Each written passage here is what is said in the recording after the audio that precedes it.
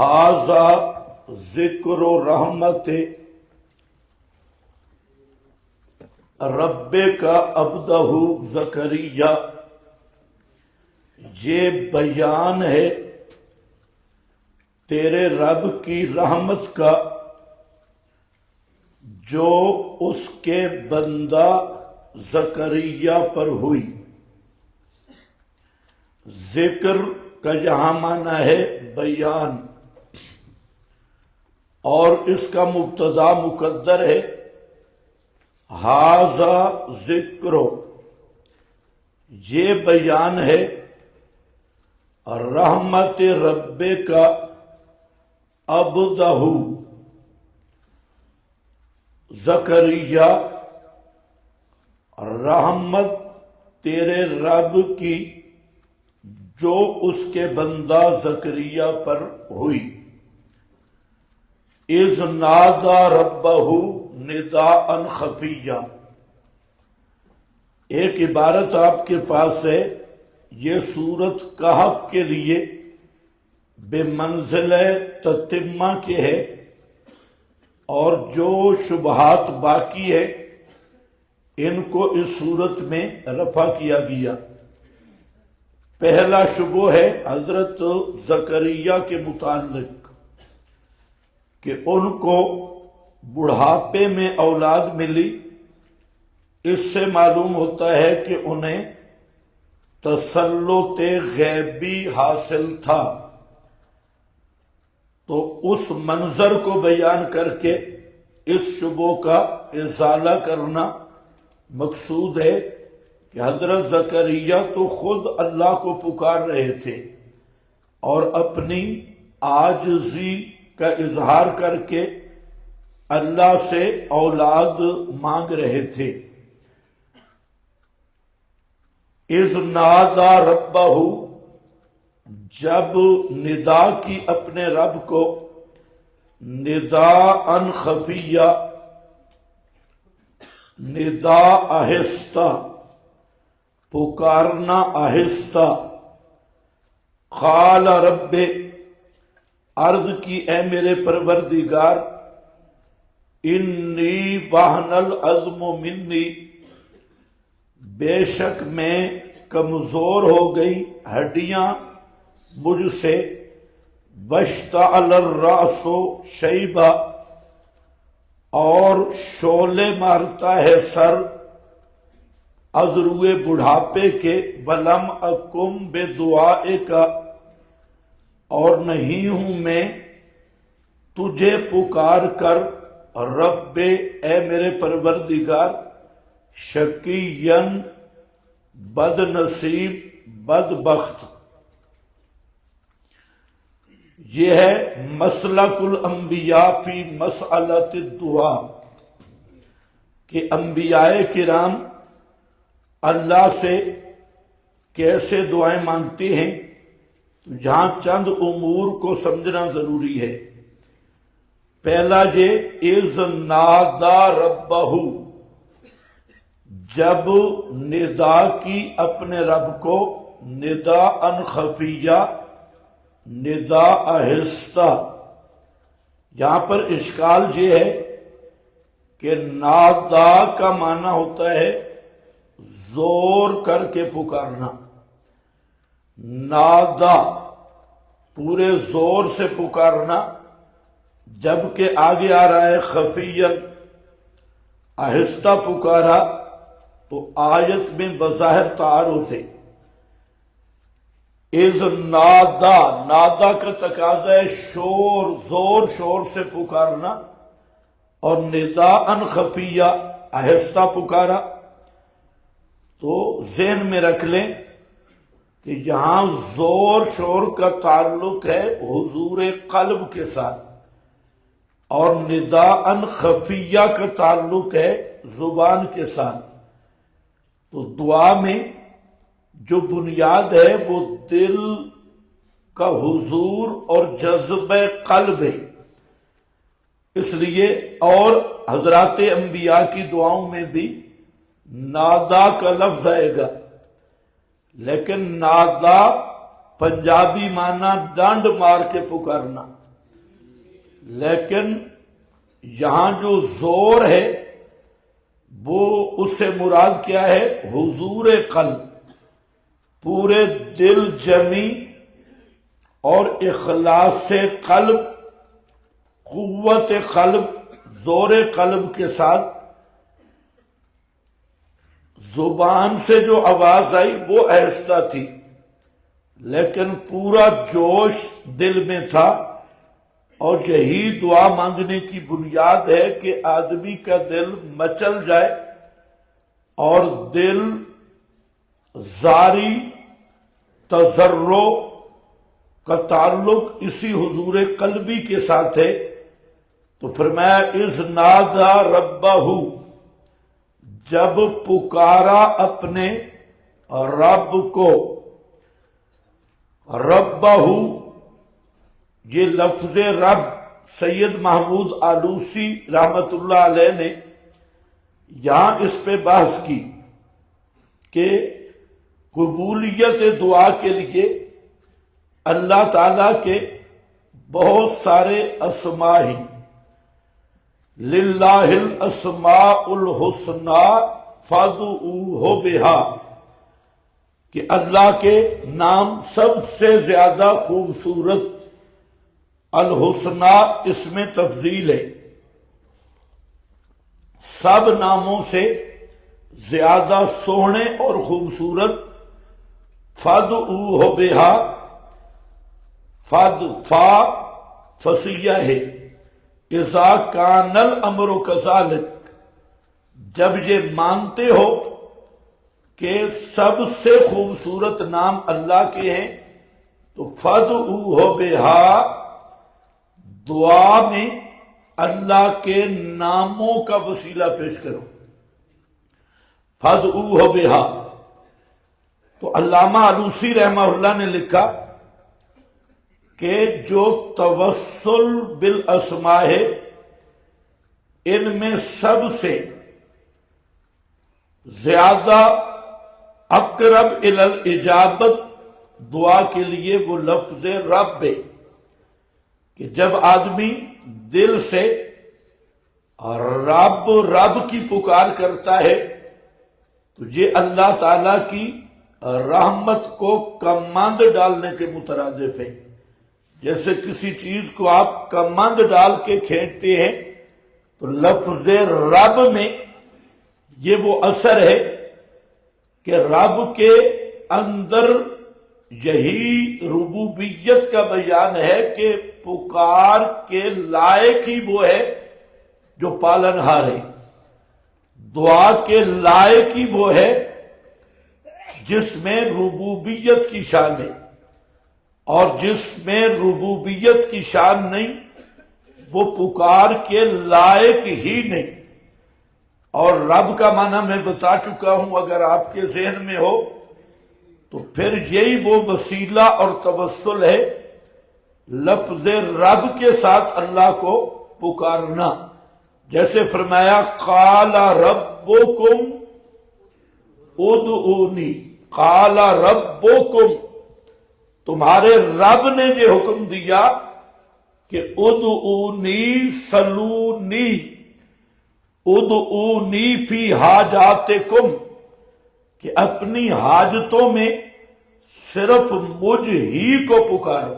ادعونی استجب لکم، میں ہی پہنچ سکتا ہوں تمہاری پکاروں کو، اور قبول کرتا ہوں مانا نہیں، قبول کر سکتا ہوں، پہنچ سکتا ہوں تمہاری پکاروں کو، میرے سوا کوئی بھی تمہاری پکاروں کو پہنچ نہیں سکتا۔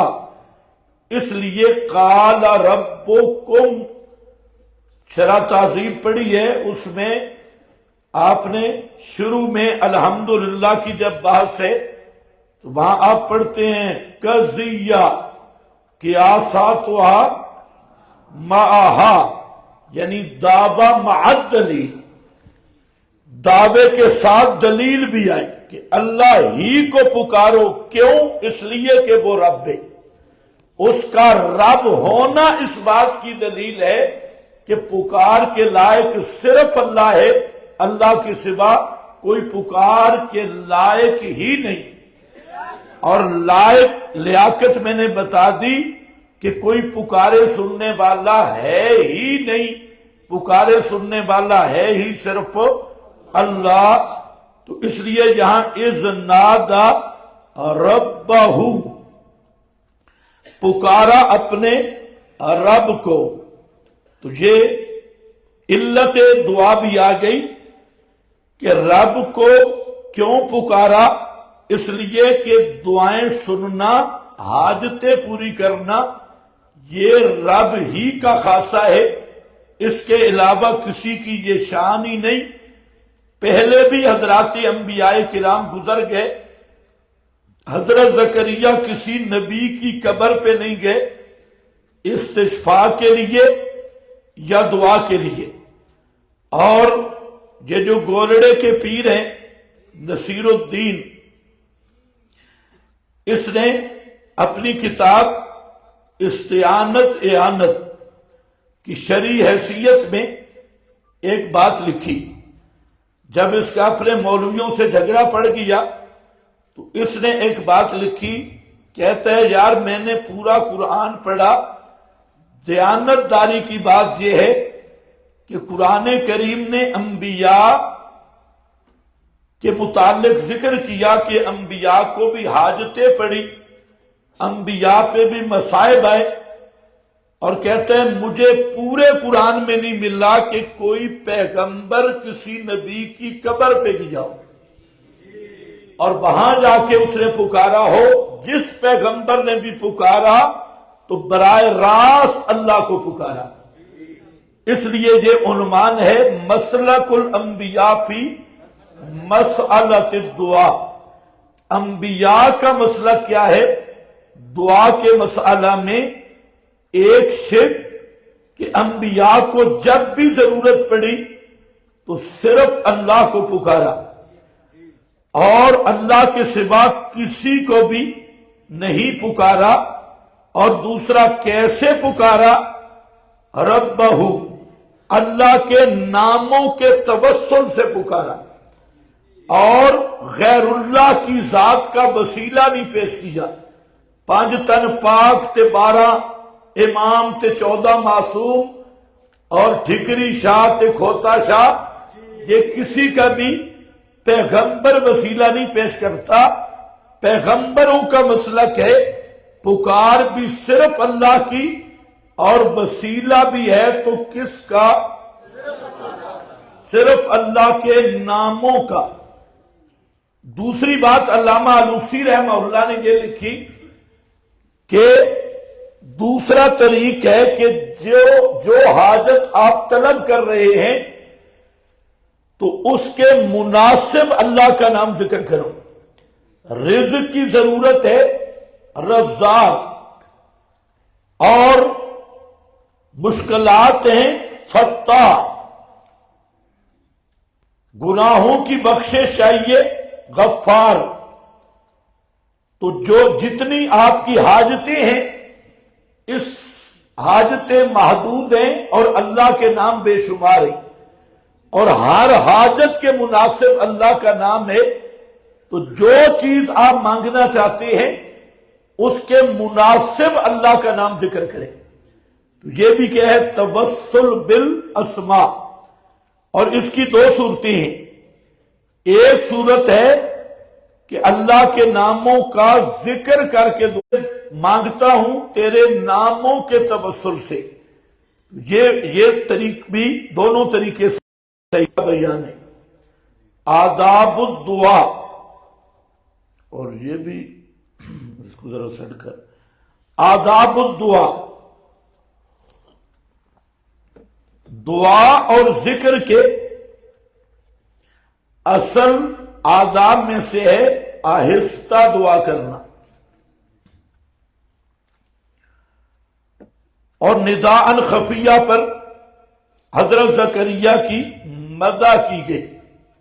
اس لیے آپ کے پاس عبارت ہے، اور یہ روح المعانی ابو سعود دونوں کی عبارت ہے فرماتے ہیں وَلَقَدْ رَآ حُسْنَ الْأَدَبِ فِي إِخْفَاءِ دُعَائِهِ کہ حضرت زکریا علیہ السلام نے حسن ادب کی رعایت کی فی اخفاء دعائہ اپنی دعا کے اخفاء میں، آہستہ دعا کرنے میں، فَإِنَّهُ مَا كَوْنِهِ بِالنِّسْبَةِ إِلَيْهِ یہ بالنسبت الیہ اللہ اس کی نسبت اصل ہے وَقَدْ أَمَّتِ الْبَلْوَىٰ یہ ہے بالنسبت الیہ عز وجل کالجہر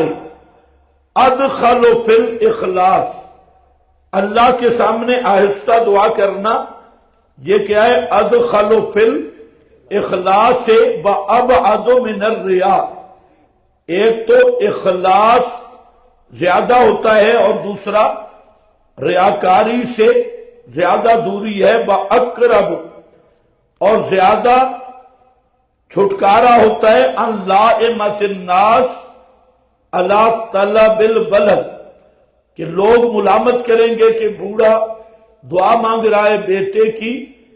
تو بہرحال اصل بات اس میں یہی ہے جو پہلی ہے کہ دعا اور ذکر میں اصل اخفاء ہے.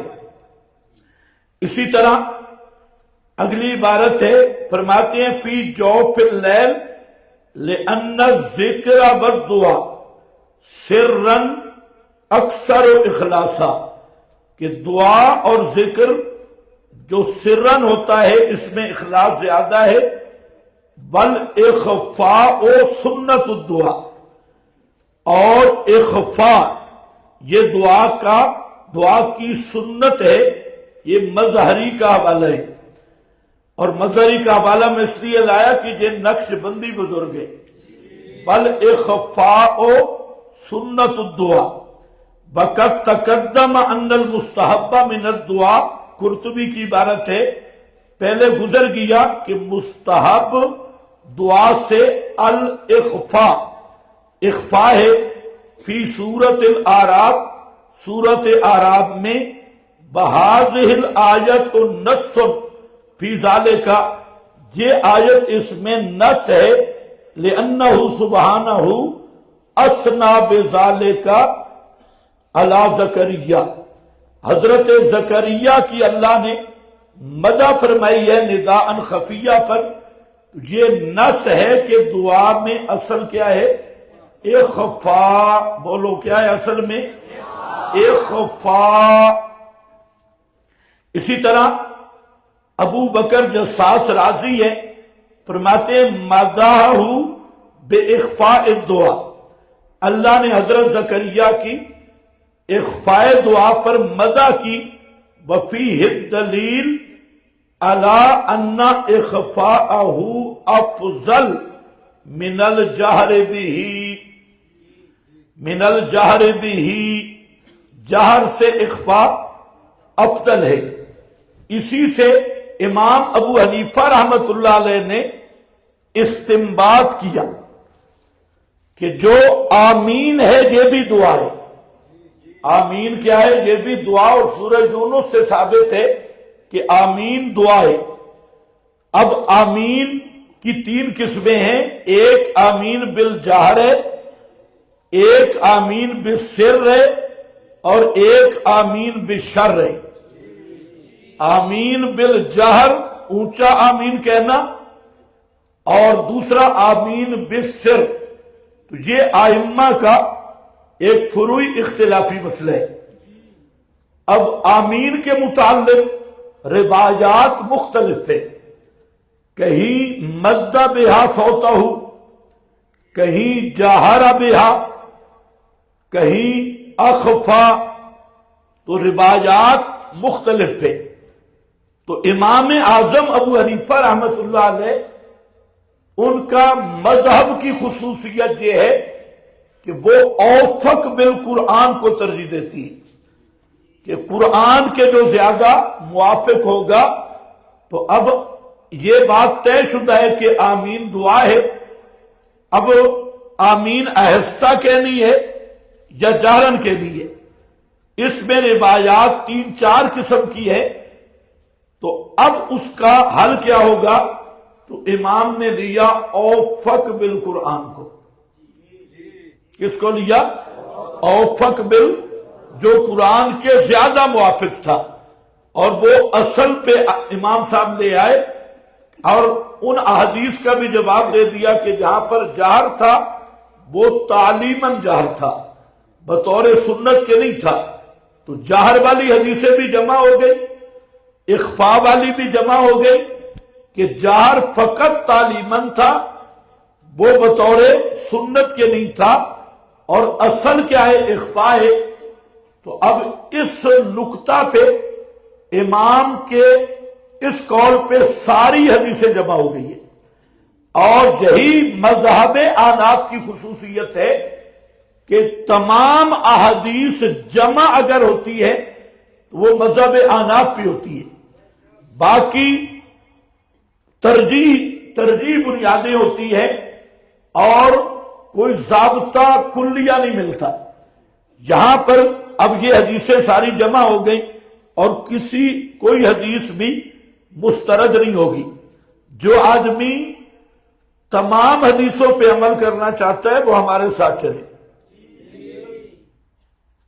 اور آدھی آدھی ماننی ہے یا اپنے مطلب کی ماننی ہے، جیسے وکٹورین پارٹی ہے تو وکٹورین کا کوئی مذہب نہیں۔ اذ نادى ربه نداء خفيا قال رب، یہ تفسیر ندا ہے، عرض کی میرے پروردگار۔ اصل عبارت کیا ہے؟ قال یا ربی، حرف ندا بھی ہٹا دیا، یا بھی حذف کر دی، اے میرے پروردگار، انی وہن العظم منی، بے شک میں کمزور ہو گئی، العظم، یہ العظم بظاہر مفرد ہے لیکن الف لام جنس کا ہے، اور مراد کیا ہے؟ ہڈیاں میری ہڈیاں بھی کمزور ہو گئیں۔ یہ جو ہڈیاں ہیں ان کا مثال ہے پلر والی، پوری عمارت پلر پہ قائم ہوتی ہے، اور ہڈیاں کمزور ہو گئی تو باقی وجود بطریق اولا کمزور ہو گیا۔ تو وہن العظم منی، یہ اظہار تذلل اور مسکنت ہے۔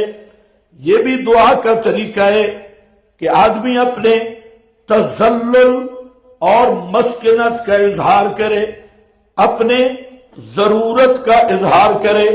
تو حضرت زکریا پہلے توسل بالاسماء، اور پھر کیا ہے؟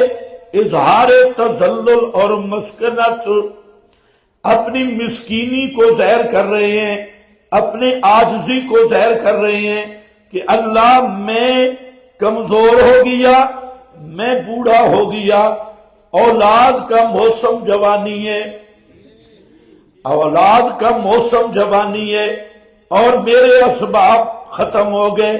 انی وہن العظم منی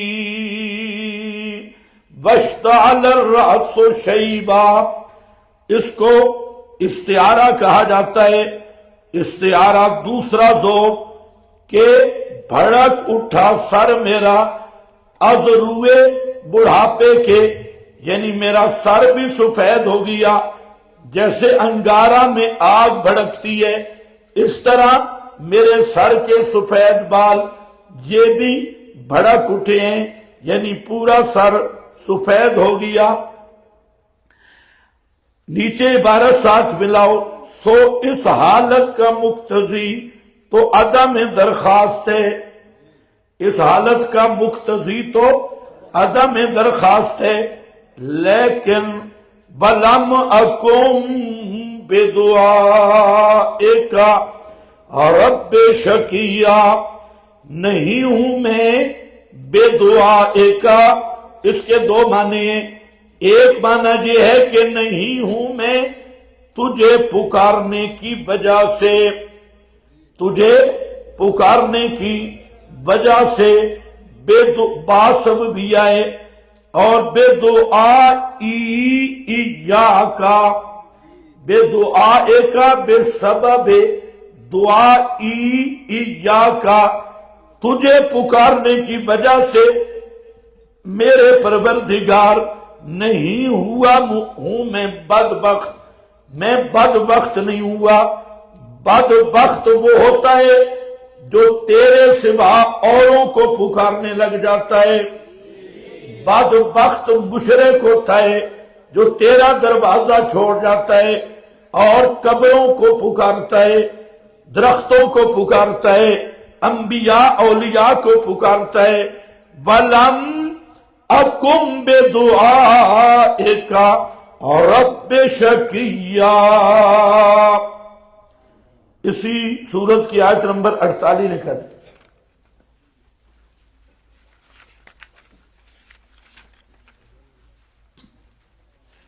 عَسَىٰ أَلَّا أَكُونَ بِدُعَاءِ رَبِّي شَقِيًّا۔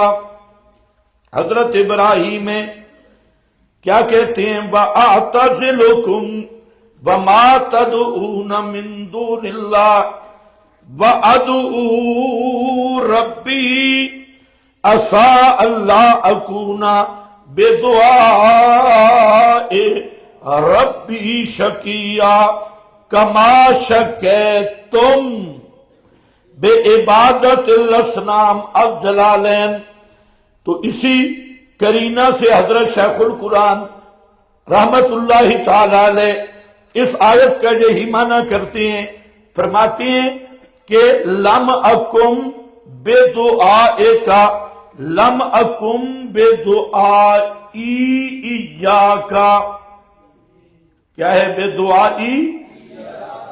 حاشیہ دیکھیں، لم اکم بے دعائے کا با سببیہ ہے اور مصدر مفعول کی طرف مضاف ہے، فاعل معذوف ہے، اصل میں تھا بے دعائی ایاکا، یعنی میں اس وجہ سے بدبخت نہیں ہوں کہ صرف تجھے ایک ہی کو پکارتا ہوں، بدبخت وہ ہے جو تیرے سوا غیروں کو پکارتا ہے، تیرے سوا غیروں کو پکارتا ہے۔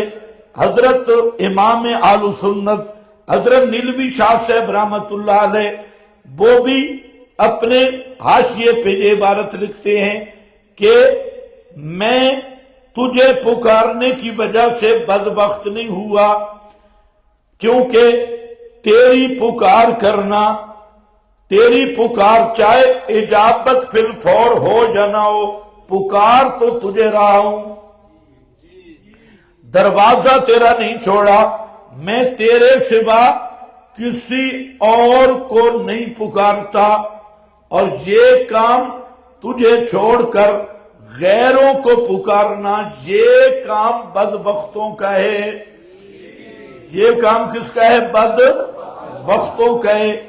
یہ معنی لم اکم بدعائک رب شقیّا۔ اب ذرا خیال کرو کس کا حوالہ دے رہے ہیں؟ اپنا مسکنت اور تذلل کا اظہار، اور اللہ تعالی کے سامنے توحید فی الدعا کا وسیلہ پیش کر رہے ہیں۔ کس کا؟ توحید فی الدعا، کہ اللہ میں صرف تیرے در کا منگتا ہوں، میں کسی دروازے پہ نہیں گیا، لہذا تو مہربانی کر، تیرے سوا میرا ہے ہی کوئی نہ، تو ہی میری مدد کر اور مجھے بیٹا عطا کر۔ لم اکم بدعائک رب شقیّا۔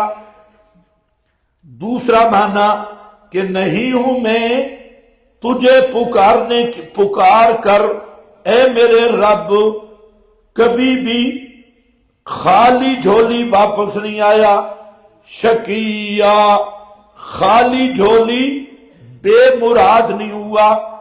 تو یہ رحمت سابقہ کا وسیلہ ہے کہ یا اللہ جب بھی میں نے تجھے پکارا تو نے میری جھولی بھر دی، جب بھی تجھے پکارتا رہا ہوں تو میری دعاؤں کو قبول کرتا رہا ہے، اب بھی قبول کرنا۔ پہلے کبھی خالی واپس نہیں کیا، اب بھی خالی واپس نہ کرنا۔ لم اکم بدعائک رب شقیا۔ حضرت شیخ القرآن رحمۃ اللہ علیہ فرماتے ہیں کہ میں ایک جگہ پہ گیا، وہاں مولویوں نے مشہور کر دیا کہ یہ جو پنڈی والا مولوی آ رہا ہے، جس کے کانوں میں اس کی آواز پڑ گئی تو اس کا نکاح ٹوٹ جائے گا۔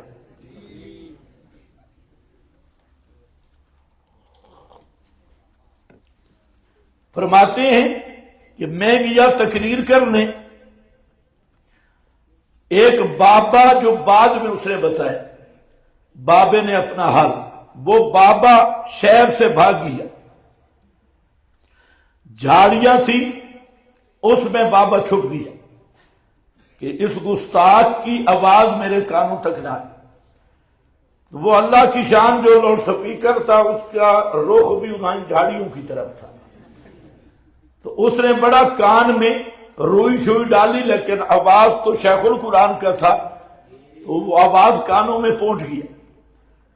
تو وہ بابا کہتے ہیں جب میرے کانوں میں پہنچا، میں نے کہا اب جو کچھ ہونا ہے وہ تو ہوگی، میں سنوں تو صحیح مولوی کہتا کیا۔ تو شیخ یہی واقعہ بیان کر رہے تھے، اور حضرت زکریا کی دعا، وہ بابا ادھر پڑا ہوا تھا اور اس نے کہا کہ یا اللہ اگر یہ مولوی سچ کہہ رہا ہے نا کہ زکریا کو تو نے بیٹا دیا تو مجھے بھی دے، اور میرا تیرے ساتھ وعدہ ہو گیا کہ اگر تو نے مجھے بیٹا دیا تو میں اسی مولوی کی تقریر کرواؤں گا۔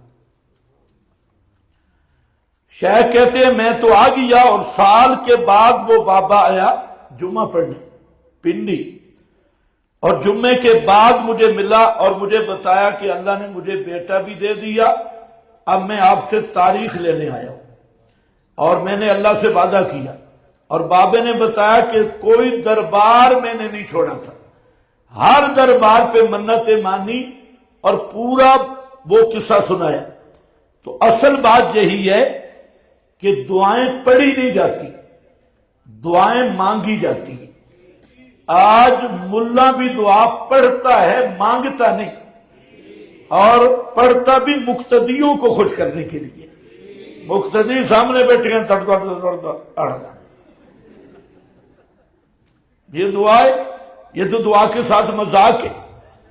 اس لیے دعا کی پہلی شرط یہ ہے کہ دل بھر آئے اور دل میں جوش پیدا ہو، اللہ سے مانگنے کا دل میں جذبہ ہو، اور جذبہ صادق ہو، اور پھر مانگے بھی تو اللہ کے ناموں کے وسیلہ کے ساتھ، اور پھر مانگے بھی اس یقین کے ساتھ کہ میری دعا قبول ہو گئی۔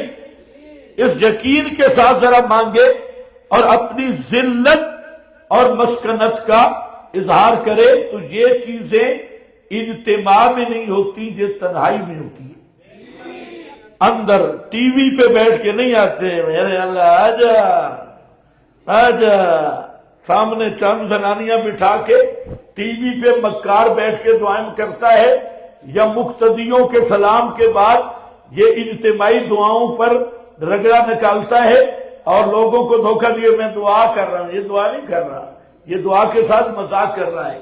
اس لیے حدیث میں، بخاری میں حدیث ہے، نبی کریم علیہ السلام فرماتے ہیں سبعۃ یظلھم اللہ فی ظلہ، 7 آدمی جن کو اللہ کے عرش کے نیچے جگہ ملے گی، سائے کے نیچے، ان میں سے ایک آدمی وہ بھی ہے کہ ذکر اللہ خالیا ففاضت عیناہ، ذکر اللہ خالیا، وہ تنہائی میں بیٹھا تھا اور تنہائی میں اللہ کو یاد کر کے اس کے آنسو آ گئے، اور ففاضت عیناہ، تنہائی میں آنسو آئے، دعا کر رہا تھا یا ذکر کر رہا تھا، اس کے آنسو بہہ گئے۔ فرمایا یہ بھی ان خوش نصیبوں میں ہے جن 7 آدمیوں کو اللہ قیامت کے دن اپنے عرش کے سائے کے نیچے جگہ دے گا۔ تو یہ تنہائی میں یہ چیزیں حاصل ہوتی ہیں، اسی لیے حضرت زکریا کی اس دعا کو پڑھتے جاؤ اور سارے انبیاء کی دعائیں پڑھو، ان میں یہی چیزیں جذبہ دل اور قلبی لگاؤ اور دل کا بھر آنا، اور پھر صحیح طور پہ مانگنا، پڑھنا نہیں ہے، مانگنا ہے۔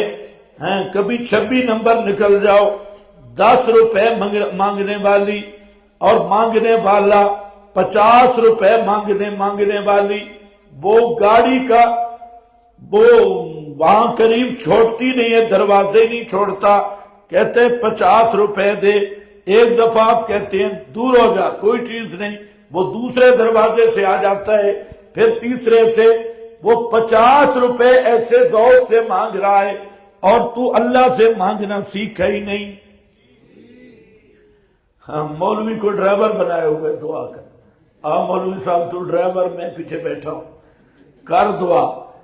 قبر دفن کیا، مولوی ڈرائیور ہے، سلام پھرا، مولوی ڈرائیور ہے، اور جنازہ سلام پھرا، مولوی ڈرائیور ہے، سنتوں سے فارغ ہوا، مولوی ڈرائیور ہے، کہیں اکٹھے ہوئے، مولوی ڈرائیور ہے، یعنی اس کا اللہ کے ساتھ کوئی تعلق ہی کوئی نہیں ہے۔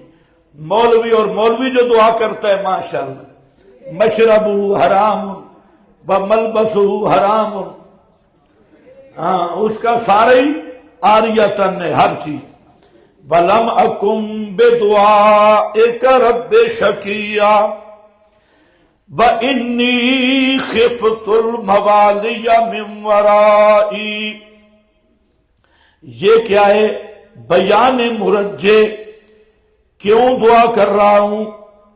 وجہ، دعا کرنے کا مقصد میرا ذاتی مطلب بھی نہیں، دعا کرنے کا مقصد ہے کہ تیری توحید کا مرکز آباد رہے، تیری توحید کا مرکز آباد رہے۔ انی خفت الموالیہ، میں ڈرتا ہوں، بعض نے علمتوں کے معنی میں لیا خفتوں کو، کہ میں جانتا ہوں، الموالیہ، اپنے رشتہ داروں کو، میرے کزن، الموالی مولا کی جمع ہے، اور مولا کس کو کہتے ہیں؟ چچیرا، چاچے کا بیٹا، کزن، قریبی رشتہ دار، بھائی بندے، میں ان سے خوف کرتا ہوں جو میرے قریبی رشتہ دار ہیں۔ من ورائی بعد موتی، میری وفات اور موت کے بعد کیا ہوگا؟ کس چیز سے ڈر ہے؟ عبارت پڑھنی ہے این یغیر الدین، این یغیر الدین، یہ دین کو بدل دیں گے، مشن کو خراب کر دیں گے۔ معلوم ہوتا ہے ہر داعی توحید کو یہ فکر ہونی چاہیے کہ میرا مشن آباد رہے، دعوت چلتی رہے۔ حضرت زکریا یہ اللہ کے نبی ہیں، اور بیٹا کیوں مانگ رہے ہیں؟ تاکہ یہ مرکز توحید آباد رہے۔ آگے اسی صورت میں یہ مسئلہ آ رہا ہے، فَخَلَفَ مِن بَعْدِهِمْ خَلْفٌ أَضَاعُوا الصَّلَاةَ وَاتَّبَعُوا الشَّهَوَاتِ۔ اسی صورت میں آ رہا ہے کہ انبیاء مسئلہ کر گئے، فَخَلَفَ مِن بَعْدِهِمْ، پیچھے صاحبزادگان آ گئے، صاحبزادگان نے انہی کو شرک کا اڈا بنا دیا، کفر کا اڈا بنا دیا، اور کتنے داعیان حق ہیں کہ ان کے بھائی بندے پچھلے آئے، گدیوں پر چندے وصول کرنے بیٹھ گئے اور لوگوں سے مال وصول کرنے بیٹھ گئے۔ تو یاد رکھنا حضرت زکریا مقصد بیان کر رہے ہیں، وَإِنِّي خِفْتُ الْمَوَالِيَ، میں خوف کرتا ہوں اپنے رشتہ داروں سے اپنی وفات کے بعد۔ وَكَانَتِ امْرَأَتِي عَاقِرًا، پہلا معنی ذکر کیا میں بوڑھا، اور دوسرا معنی ذکر کر رہے ہیں اور ہے بیوی میری آکرن بانج، یہ بانج ہے، جوانی میں بھی اولاد نہیں ہوئی، اب تو ہے بھی بوڑھی اور ہے بھی بانج۔ فہب لی من لدنکا، فہب لی پس تو ہیبہ چا کر، کیا کر؟ ہیبہ کر دے۔ ہیبہ عوض بلا بدل کو کہتے ہیں، میرے پاس اس کا کوئی بدل نہیں۔ فہب لی من لدنکا، اپنی جناب سے، یا اپنی جناب کا معنی سب مفسرین نے کیا ما فوق الاسباب، کیا کیا؟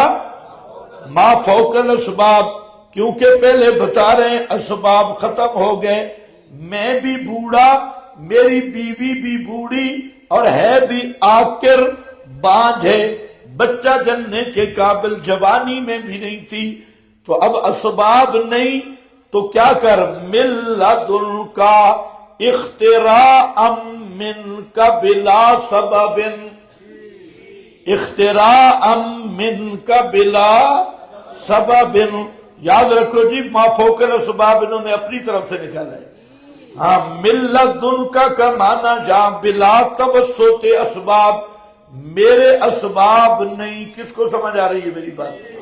میرے اسباب ختم ہو گئے، اب جہاں اسباب ختم ہو تو کیا ہے؟ من لدنکا، تو ما فوق الاسباب طور پہ مجھے اولاد دے دے۔ یہ ایک عبارت یہ مدارک کا حوالہ ہے، اختراء منکا بلا سبب، اور دوسرا حوالہ وہ بھی دیکھو، ابو سعود چیف جسٹس شیخ الاسلام سلطنت عثمانیہ کا، پاکستانی نہیں، ہاں کیا کہتا ہے؟ اعتنی من محض فضل کا، اعتنی من محض فضل کلواسے بقدرت کلباہرہ بطریق الاختراع لا بواسطۃ الاسباب العادیہ، لا بواسطۃ الاسباب العادیہ۔ کچھ سمجھ آ رہی ہے یا نہیں آ رہی؟ یہ ہماری بنائی ہوئی ہے، تحت الاسباب تے فوق الاسباب۔ ہاں یہ مدارک کا حوالہ ہے، وہ ابو سعود کا حوالہ ہے، اور اسی کے ساتھ روح المعانی بھی ہے، تینوں حوالے آگئے۔ چوتھا حوالہ یہ ہے، اچھا چوتھا حوالہ بھی ہے، چلو اس کو دیکھ لینا، وہ پوری مفصل عبارت آگے آ رہی ہے، تو یہاں مختصر ہے۔ فَإِنَّمَا ذَكَرَهُ علیہ السلام من کبر سن وضعف القوا وعکر المرا، حضرت نے جو ذکر کیا، میں بوڑھا، میری ہڈیاں کمزور، میری بیوی بانج، یہ موجب لانقطاع رجائہ عن حصول البلد بتوسط الاسباب العادیہ، تو یہ اس بات کا موجب ہے کہ اسباب ختم ہیں، اور اب معاملہ فوق الاسباب ہے۔ استحابہ علی الوجہ الخارق بولو خارق للعادہ، تو خارق للعادہ فوق الاسباب ہوتا ہے تحت الاسباب؟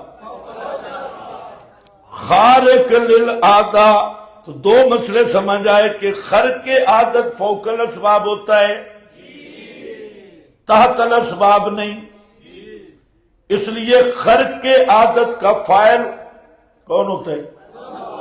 بولو کون ہوتا ہے؟ صرف اللہ۔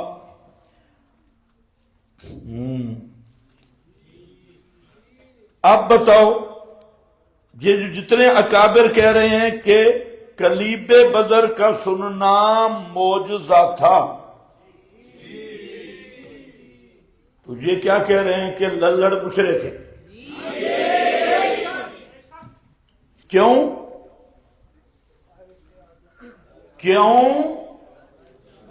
معجزہ خرق عادت ہوتے ہیں۔ جتنے حوالے آئے ہیں نا، کان معجزۃ لہ، یہ فتوے کے حوالے ہیں، فتوے کے کہتے ہیں، فتوہ کسی نے نہیں لگایا، یہ فتوے کے حوالے۔ اور یہ اکابر کہہ رہے ہیں کہ میت کا سننا تحت الاسباب نہیں ہے۔ اب میت میں جو صلاحیت سما مان رہا ہے وہ میت کو الہ مان رہا ہے کہ ما فوق الاسباب سننا الوہیت کا خاصہ ہے، ما فوق الاسباب جاننا الوہیت کا خاصہ ہے۔ اور جہاں جب مر گیا تو موت قاطع اسباب ہے، اسباب ختم ہو گئے، عقل، شریعت، فطرت، خصم تینوں متفق ہیں کہ اسباب ختم ہو گئے۔ اب جو میت میں صلاحیت سما مانے، چاہے امام الانبیاء میں مانے، انبیاء میں یا غیر انبیاء میں سننے کی صلاحیت مانتا ہے، تو وہ ان ہستیوں کو الہ مان کے اسی طرح مشرک ہے جیسے ابو جہل مشرک تھا۔ اب سما نہیں ہوگا، اب اگر ہوگا تو اسما ہوگا۔ اب چاہے اللہ کوئی بات کسی کو سنا دے وہ قادر ہے، لیکن میت میں صفت سما ماننے والا اگر یہ مشرک نہیں تو پھر ابو جہل بھی مشرک نہیں۔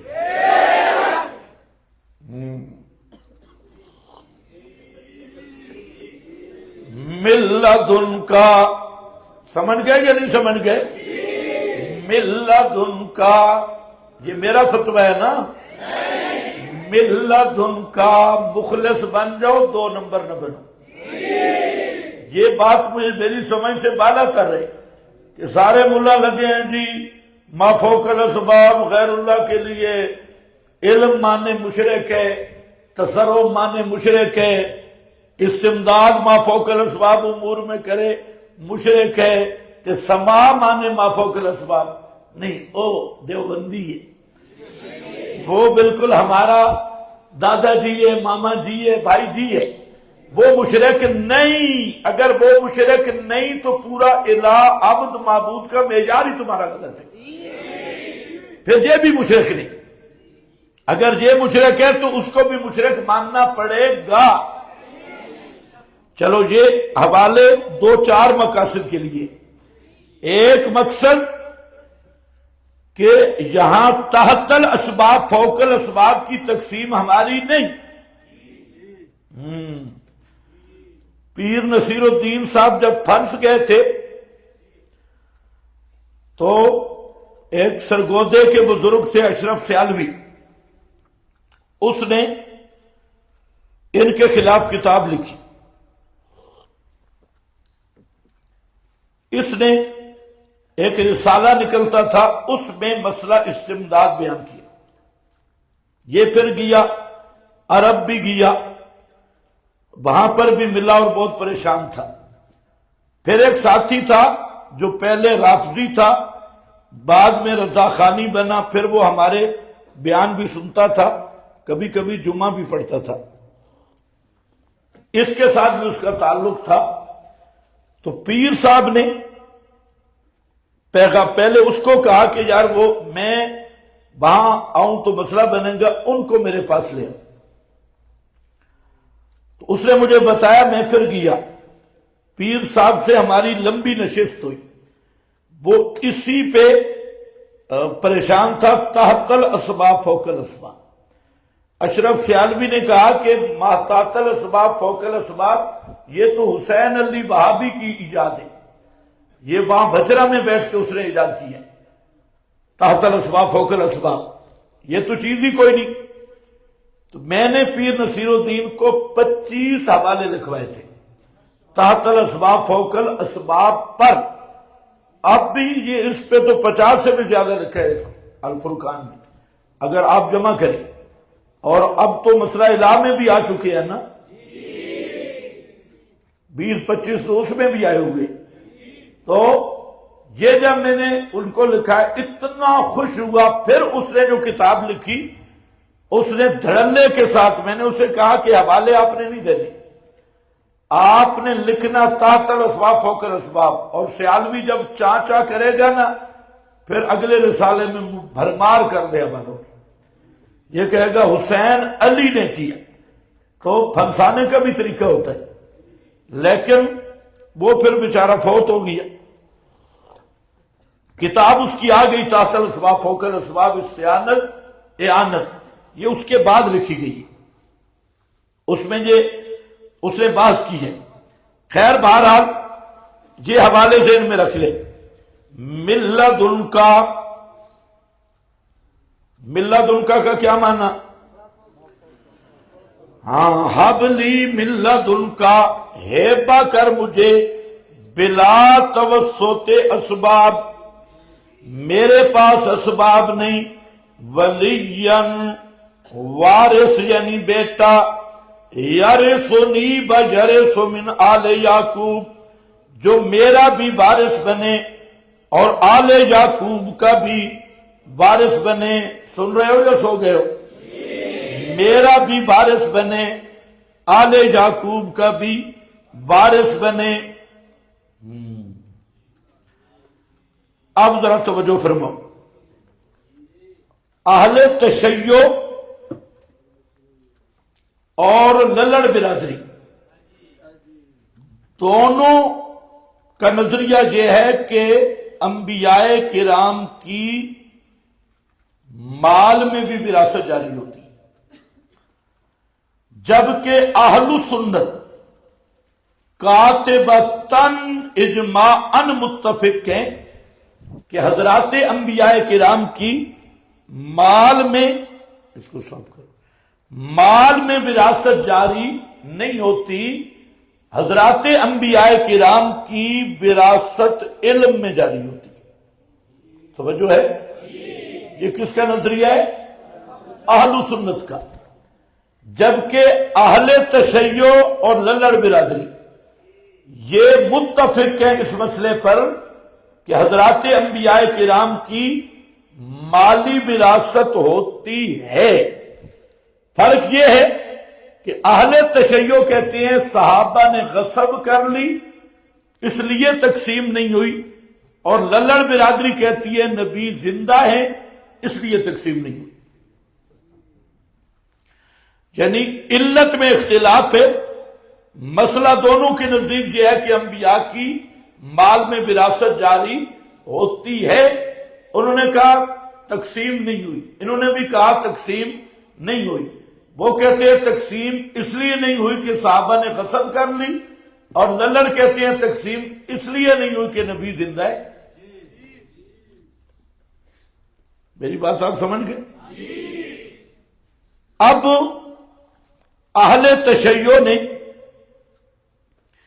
اس آیت کو پیش کیا کہ دیکھو حضرت زکریا بیٹا مانگ رہے ہیں، یارثنی، جو میرا وارث بنے۔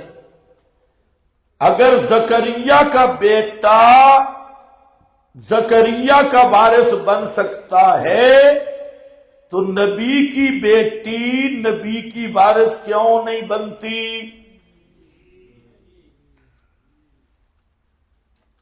اور یہاں وہ کہتے ہیں وراثت فی المال۔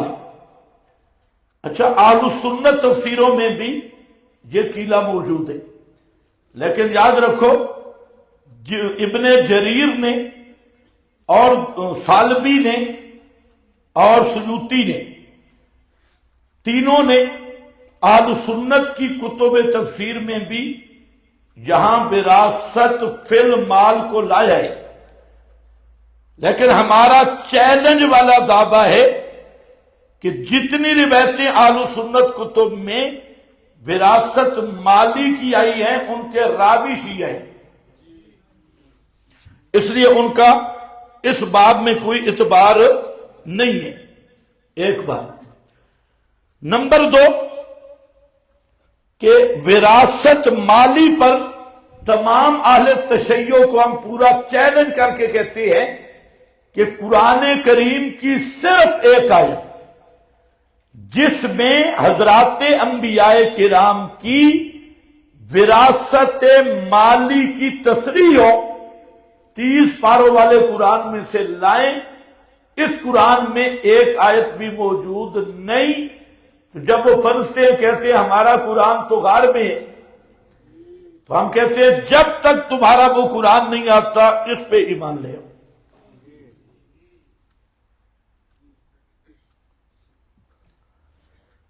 اب یہاں پر ذرا بات سمجھنی، ہم حدیث پیش کرتے ہیں اور یہ حدیث بخاری 4034 نمبر پہ، 6727 نمبر پہ، 6730 نمبر پہ، اور مسلم میں 1759 نمبر پہ، سنن ابی داؤد میں 2968 نمبر پہ، اور کتب حدیث اس سے مشہور ہیں، بری ہے کہ نحن معاشر الانبیاء، جہاں معاشر منصوب پڑھنا ہے، نحن معاشر الانبیاء لا نورث ما ترکنا صدقہ۔ اب اس کو اہل تشیع کہتے ہیں یہ خبر واحد ہے، حالانکہ یہ جو حدیث ہے یہ خبر واحد نہیں، یہ حدیث متواتر ہے۔ اور توجہ میری طرف رہنا، ہمارے ہاں یہ حدیث متواتر ہے اور اہل تشیع کے ہاں یہی حدیث ائمہ معصومین سے ثابت ہے۔ ہمارے ہاں متواتر کا انکار کفر ہے اور اہل تشیع کے ہاں ائمہ معصومین کے فرمودات کا انکار کفر ہے۔ تو جہاں مالی وراثت کی بات ہے تو ہمارے اصول پہ بھی یہ اہل تشیع کافر بنتے ہیں اور اپنے اصول پہ بھی کافر بنتے ہیں۔ فدق کی بات تو بعد میں ہوگی نا، وراثت مالی ہمارے ہاں یہ حدیث کیا ہے؟ متواتر ہے، اور اہل تشیع کے ہاں آپ کے پاس لکھا ہے اہل تشیع کی عبارت، اور وہ کیا ہے؟ یہ اصول کافی ہے، اور اس میں ان ابی عبداللہ، ان ابی عبداللہ جعفر الصادق بلفظ ان الانبیاء لم یورثوا درہما ولا دینارا وانما اورثوا احادیث من احادیثہم،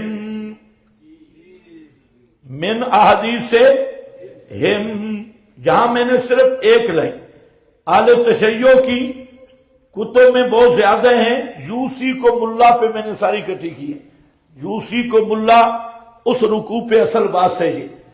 تو یہاں کس کا فرمان ہے؟ امام جعفر صادق کا۔ اگر امام صادق ہے تو شیعہ کاذب ہے، اور اگر امام ہی کاذب ہے تو پھر شیعہ صدیق ہے۔ اب جدھر مرضی آؤ، ابو بکر صدیق کو چھیڑنا اتنا آسان کام نہیں۔ امام صادق ہے تو صادق کی مانو۔ وہ کہہ رہا ہے کہ امام جعفر صادق حدیث پیش کر رہا ہے، ان ابی عبداللہ جعفر الصادق ان الانبیاء لم یورثوا درہما ولا دینارا، انبیاء کا درہم دینار کا وارث کوئی نہیں ہوتا، اور کسی کو وارث نہیں بناتے۔ کس کا وارث بناتے ہیں؟ وَإِنَّمَا أَوْرَثُوا أَحَادِيثَ مِنْ أَحَادِيثِهِمْ، وہ احادیث کی وراثت چلتی ہے، مال کی وراثت نہیں۔ اسی طرح یوسی کو ملا نکالو، وہاں بہت ساری ان کی روایتیں جمع ہیں۔ چلو بہرحال ابھی آگے چلو، یہ ایک مسئلہ تھا، یہ میں اسی سے بھی حل کر لوں گا۔ ایک نمبر 2 مسئلہ یہ ہے کہ اگر نبی پاک صلی اللہ علیہ وسلم کی وراثت مالی ہوتی تو سوال یہ ہے کہ آپ کی وارث صرف بیٹی تھی،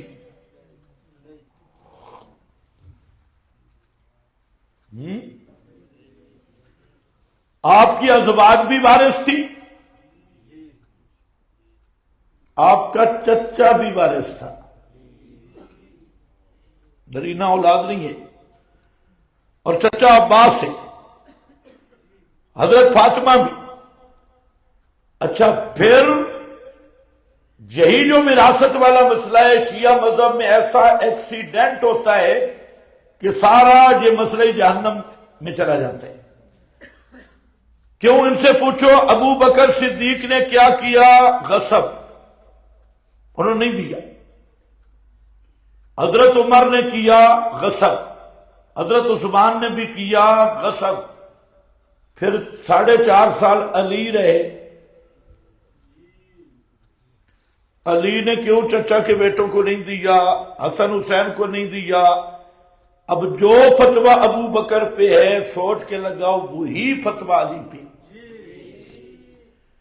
اور اس پہ شیعہ سنی متفق ہے کہ حضرت علی نے بھی اس ترکہ میں کوئی تبدیلی نہیں کی، جو پہلے چل رہا تھا اسی طرح انہوں نے رکھا۔ تو اس لیے ہم کہتے ہیں منہ سنبھال کے بات کرو، جو تم نام ابو بکر کا لے کے بک بک کرتے ہو اور حقیقتاً اس کا ہدف خود حضرت علی ہوتی، اور دنیا کا کوئی شیعہ حضرت ابو بکر و عمر پہ اعتراض کر کے دیکھے، خدا کی قسم وہی اعتراض علی پہ ہوگا، کر کے دیکھو۔ شیشے کے گھر میں بیٹھ کے پتھر مارنا اور جو اعتراض ام المومنین پہ کرتی ہیں وہی اعتراض حضرت فاطمہ پہ ہوتا ہے۔ تو یہ مذہب مجوس ہے، مجوسی، فارسی، زنادقہ، اور ان کا مقصد ہی پیغمبر کے صحابہ اور آل کو مجروح کرنا ہے تاکہ اسلام کے گواہی ختم ہو جائے اور نبوت کے گواہی ختم ہو جائے۔ اب اس آیت کو دیکھو،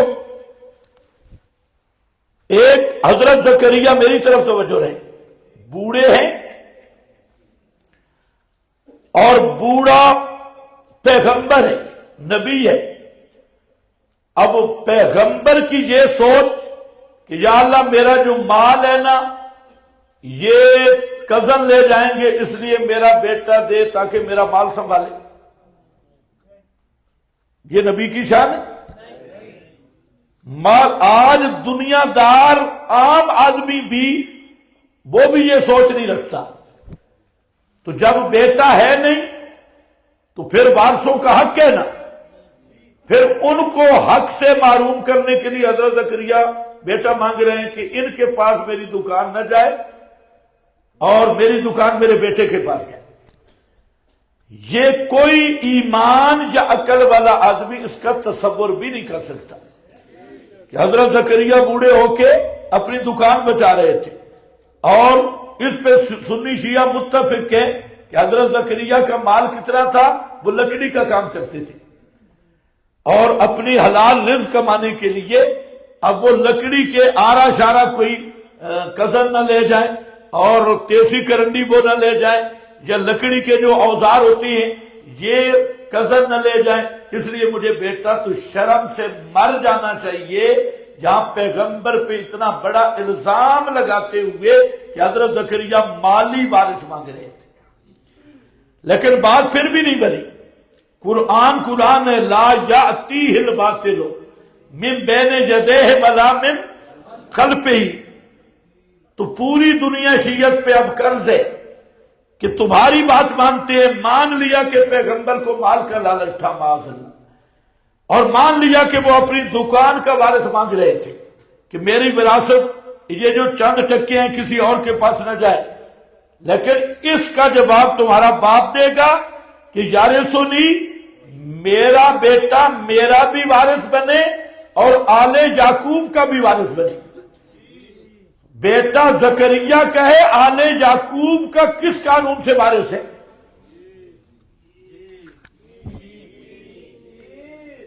اگر یہ مالی وراثت ہے، بیٹا حضرت زکریا کہے اور وارث آل یعقوب کا بن رہا ہے،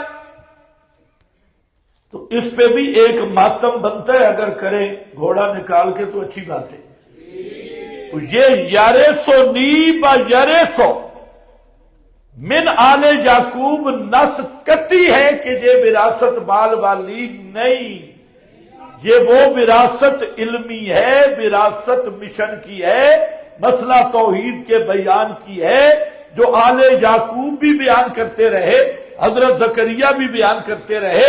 حضرت زکریا وہ وارث مانگ رہا ہے جو انبیاء کے مشن کا وارث ہو، مشن نبوت کا وارث ہو، ورنہ حضرت زکریا کا بیٹا آل یعقوب کا وارث کیسے بن گیا؟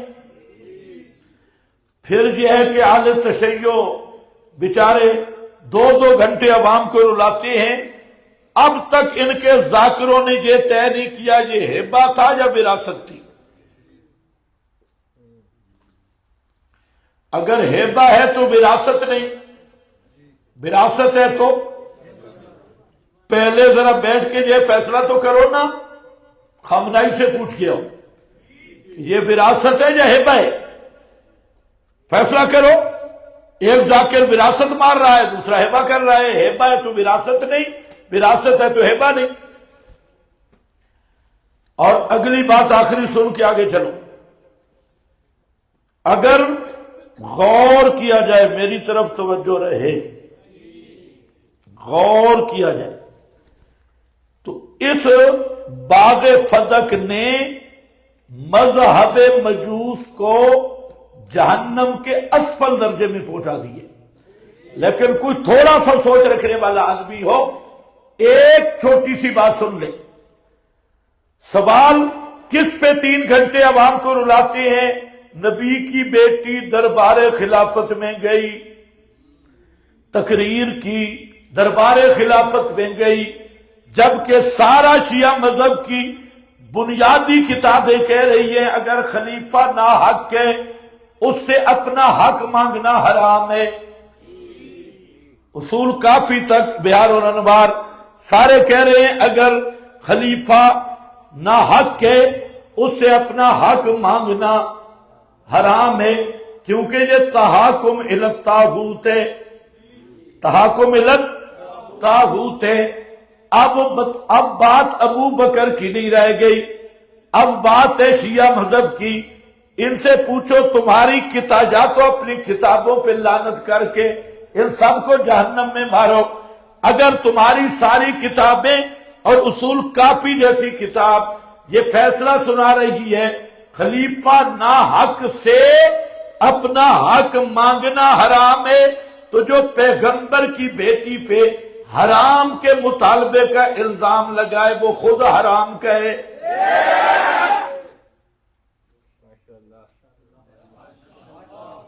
اب اعتراض ابو بکر صدیق پہ ہوگا یا حضرت فاطمہ پہ؟ اگر خلیفہ ناحق تھا تو حضرت فاطمہ نے مانگا کیوں؟